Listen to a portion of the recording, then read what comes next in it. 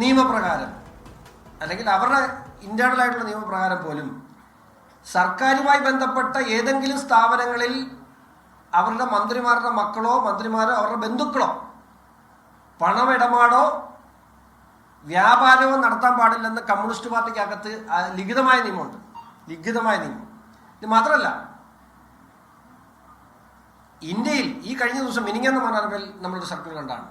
മന്ത്രിമാരോ മുഖ്യമന്ത്രിയോ കേന്ദ്രമന്ത്രിമാരോ പ്രധാനമന്ത്രിയോ അവരുടെ ബന്ധുക്കളോ സർക്കാരിന് ഓഹരി ബന്ധ പങ്കാളിത്തമുള്ള സ്ഥാപനങ്ങളിൽ ബിസിനസ് നടത്താൻ പാടില്ല. അതും വീണ തെറ്റിച്ചിട്ടുണ്ട്. ഇനി മറ്റൊരു കാര്യം കൂടെ പറയാം. GST. ഇപ്പൊ GST അടച്ചെന്നല്ല പറയാം. മോട്ടിച്ച പണത്തിന് GST അടിച്ചതുകൊണ്ട് കുഴപ്പമില്ലെന്ന് സഹാക്കന്മാർ പറഞ്ഞു. അവിടെ ഒരു തെറ്റുണ്ട്. അറിയോ?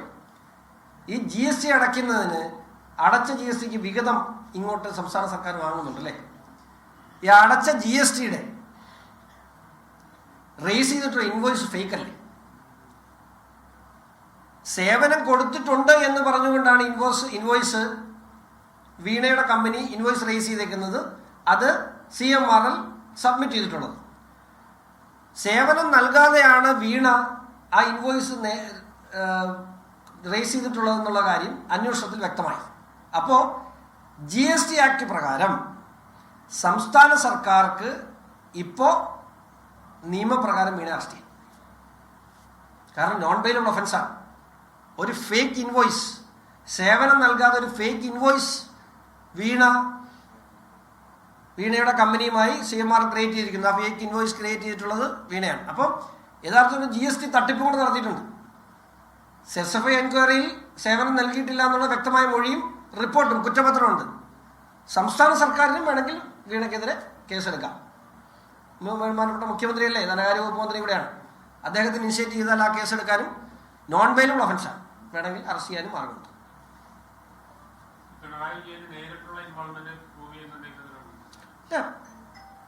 അതില് PMLA ആക്ട് പ്രകാരമുള്ള കുറ്റകൃത്യം നടത്തിയിട്ടുണ്ട്.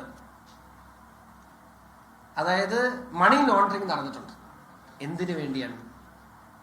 ഇപ്പം ഞാൻ വളരെ സിമ്പിളായിട്ട് PC ജോർജ് MLA ആയിട്ടിരിക്കുക അല്ലെങ്കിൽ ചീഫ് വിപ്പ് ആയിട്ടുള്ള സമയത്ത് ഞാൻ ഒരു സേവനം നൽകാതെ ഞാൻ പണം വാങ്ങിയത് എനിക്ക് വേണ്ടിയാണോ?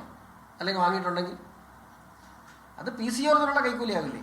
ഇപ്പം മുഖ്യമന്ത്രിയുടെ മകളായിരിക്കുന്ന ഒരു വ്യക്തി മുമ്പേ പറഞ്ഞ പോലെ ഒരു കാരണവശാലും സർക്കാരിന് ഓഹരി പങ്കാളിത്തമുള്ള ഒരു വ്യവസായ സ്ഥാപനവുമായി ഒരു കരാറിൽ ഏർപ്പെടാൻ പാടില്ല. അത് നിയമമാണ്.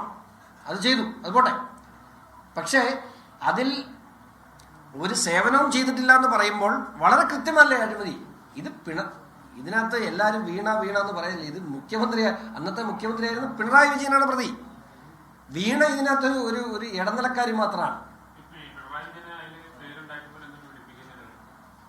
അല്ല, അത് അടുത്ത ഘട്ടത്തിൽ വരും. SFI അന്വേഷണം കമ്പനി കാര്യമാണ്. അതിൽ വീണ മാത്രമേ ഉള്ളൂ. PMLA ആക്ട് പ്രകാരം ആ മണി ലോണ്ടറിംഗിലേക്ക് അന്വേഷണം കടക്കുമ്പോഴാണ് സ്വാഭാവികമായിട്ടും പിണറായി വിജയന്റെ ഇൻവോൾവ്മെന്റ് ഉണ്ടാകുന്നത്. മാത്രമല്ല, അഴിമതി ഇതിനകത്ത് പുറകിൽ നിന്നാണ്. ഈ പണം കൊടുത്തിട്ടുണ്ടെങ്കിൽ അഴിമതിക്ക് വേണ്ടിയാണ്.